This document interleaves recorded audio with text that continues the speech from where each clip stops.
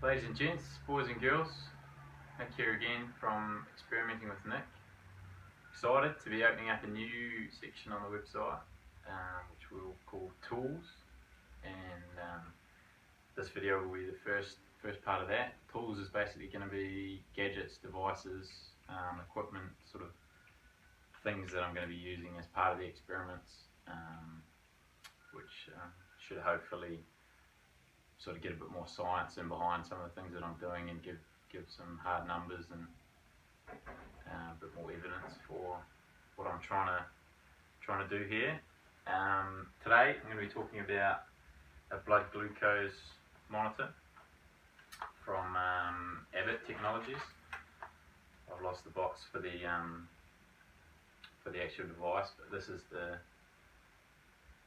box here for the strips. So Precision Extra is the name of the model. Abbott's the company that makes it, and that's basically a device for measuring your blood sugar levels. If you're diabetic or you've got diabetes in the family, you'll be familiar with these sort of things that they're used, on the daily by people with diabetes. I'll just run you through a couple of reasons why I chose this system. There's obviously a lot of different ones on the market. This one I had heard referenced in a few different books and podcasts that I'd heard. People that I sort of trust their opinion had used them. It's got a good name, and the advantage of this machine is that you can measure your blood glucose as well as your blood ketone levels, all on the same device. Super easy to use. The cost of this was, you get this little bag with the monitor and everything in it. That was about 90 US. I'll run some of the other conversions across the screen there,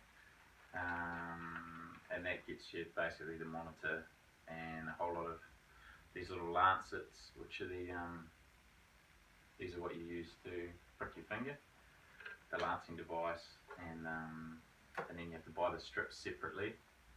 The strips is that's where the real cost comes in. That was you're looking at about 60 US for a box of 100.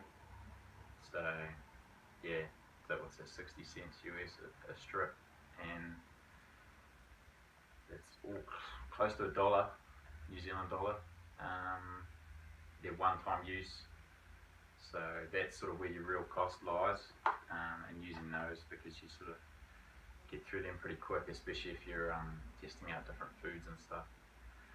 Anyway, I'll show you quickly how this works. I've got a couple of cameras going here, so excuse me for getting a bit lost, but you probably can't see too well exactly what's going on from over there. This is a lancing device, this puppy here. Basically, these are the lancets, a little needle, plastic thing, so you stick that in the device, clip it right down, and then you can twist the top of it off, and that exposes the needle there. I sort of use the same needle, like if it's just for my own personal use.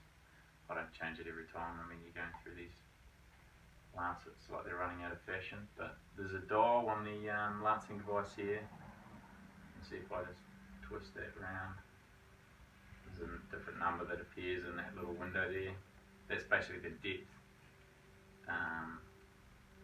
that you set the needle, 1 to 8, 8 being trying to get through crocodile skin. I usually have it on about 3. I've got pretty soft office hands. So once that's locked and loaded, ready to go, these are the testing strips.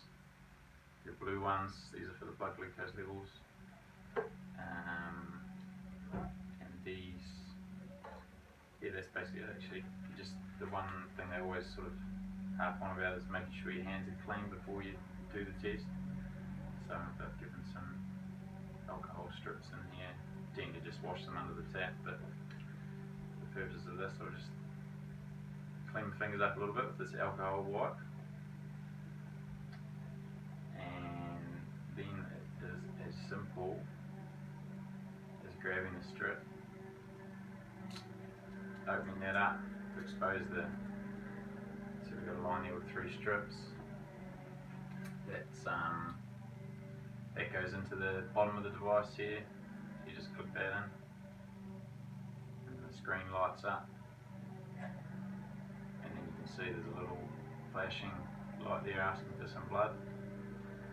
And you grab the lancing device, just push that up against one of your fingers. It sort of gives you a fright the first few times you do it, but you do get used to it quite quickly. Just press it firmly up against your skin there on the tip of your finger, and click the button on the top here where my thumb is. It just shoots the needle into your finger, and then you can see you sort of get a droplet of blood on your finger. If you just squeeze that, sort of comes out pretty big, and then you basically just touch the device there onto the blood, and it sort of sucks it up through the capillary action of water. So you get a beep there on the machine, does a wee countdown, and it gives you a reading 100 on the nose. So it is good question actually. What is the time? It's 10 o'clock now. I've been fasting, so that'll be 13 and a half hours since I finished dinner about 8:30 last night. I'll get into the numbers a little bit more, but to give you a rough idea, when they talk about fasting blood glucose levels, so that's like this sort of test done the morning after I haven't eaten for a while, in the range of 70 to 99 milligrams per deciliter is considered normal. So I'm sort of sitting just above that. 100 to 125 they say is pre-diabetic, and over 125 milligrams per deciliter is sort of diabetic kind of levels. That's where you need to start worrying about it, because you don't want to be sitting with an elevated blood sugar level for too long. That's sort of a drain on your body, and I'll get into more of that, as I said, in some of the experiments where I'll be using the blood glucose monitor,